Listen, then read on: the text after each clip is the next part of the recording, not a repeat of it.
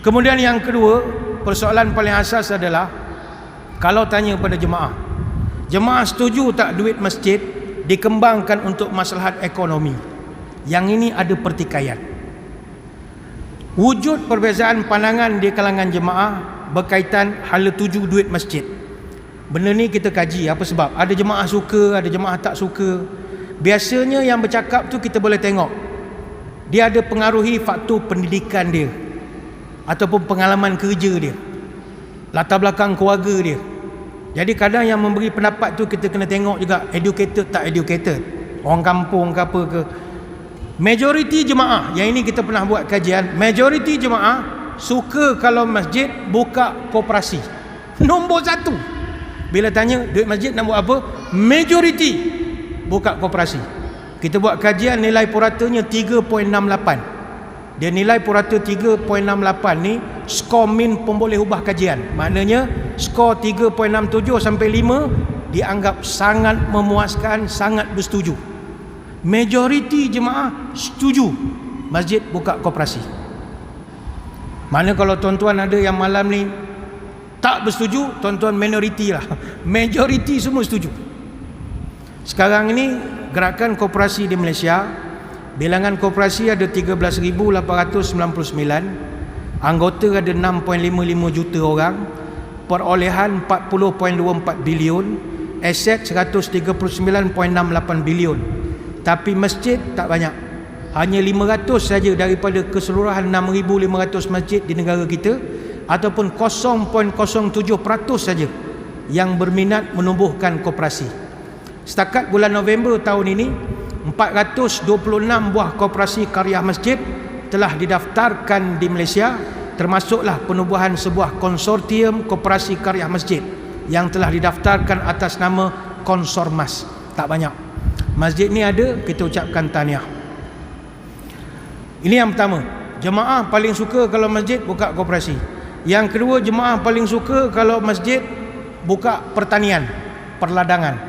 Perladangan, ada yang suka pendidikan, hartanah, perniagaan, pelaburan, pelancongan pun ada, buka homestay lah ya, homestay.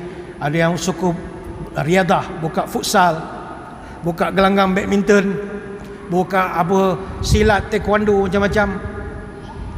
Dia pertanian dan peladangan ni juga boleh buat duit. Tapi kita Masjid Bandar ni susah sikit lah. Ada satu masjid di Sarawak, Masjid Taman Desa Ilmu di Kota Semarahan. Dia laksanakan penanaman cili fertigasi.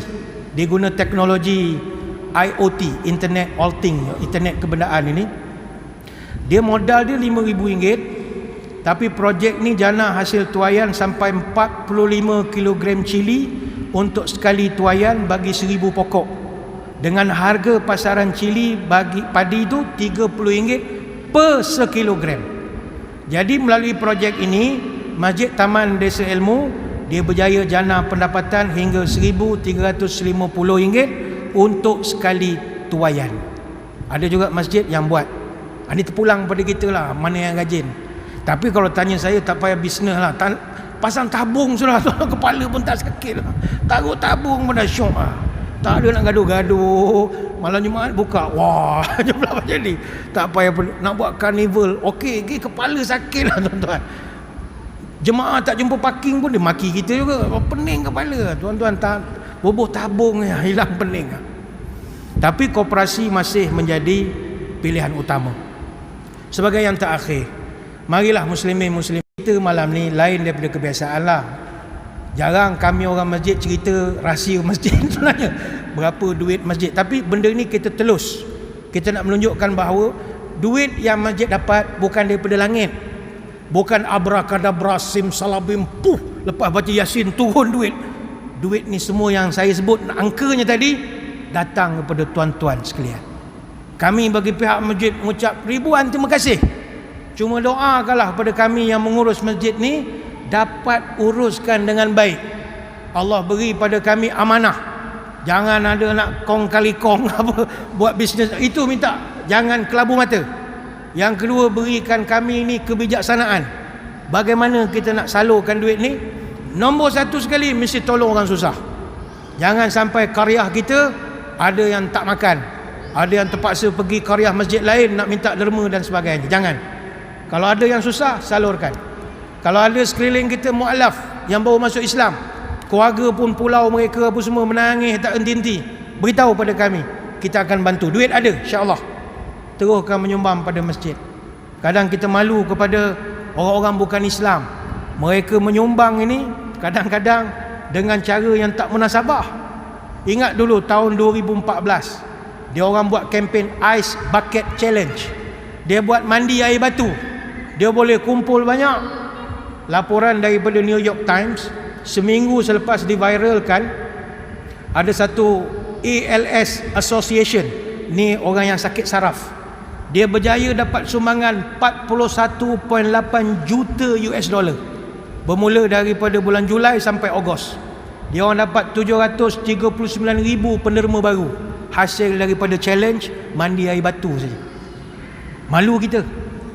Sama juga tahun 2020 masa tournament Euro tahun 2020, Jerman 2-0 dalam pusingan kalah mati Euro 2020. Kebetulan kamera di stadium fokus ada satu budak perempuan penyokong Jerman menangis sebab kalah.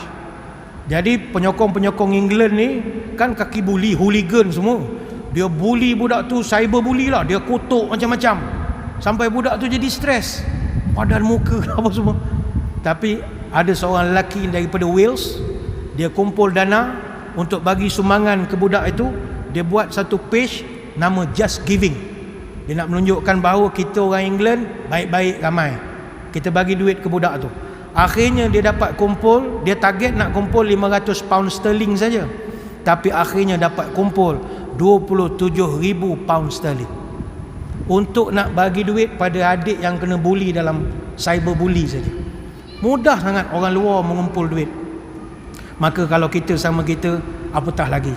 Sekeliling kita ni ramai orang-orang susah yang saya sebut tadi. Orang susah yang tak tunjuk susah, kita bantu mereka. Setelah duit ni kita bantu, barulah kita fikir bagaimana nak kembangkan lagi dengan koperasi kita, perniagaan kita dan bagai-bagai lagi. Adat hidup berkawan-kawan, sama melangkah seiring sejalan, sama mengingat, sama menjagakan, sama merasa rezeki di pinggan, sama meneguk air secawan. Adat hidup sama sekampung, sakit senang sama ditampung, laba rugi sama dihitung, beban dan hutang sama ditanggung. Dalam sempit sama berlindung, bila karam pun sama mengapung, sama keteluk, sama ketanjung, sama seperiuk, samalah selesung.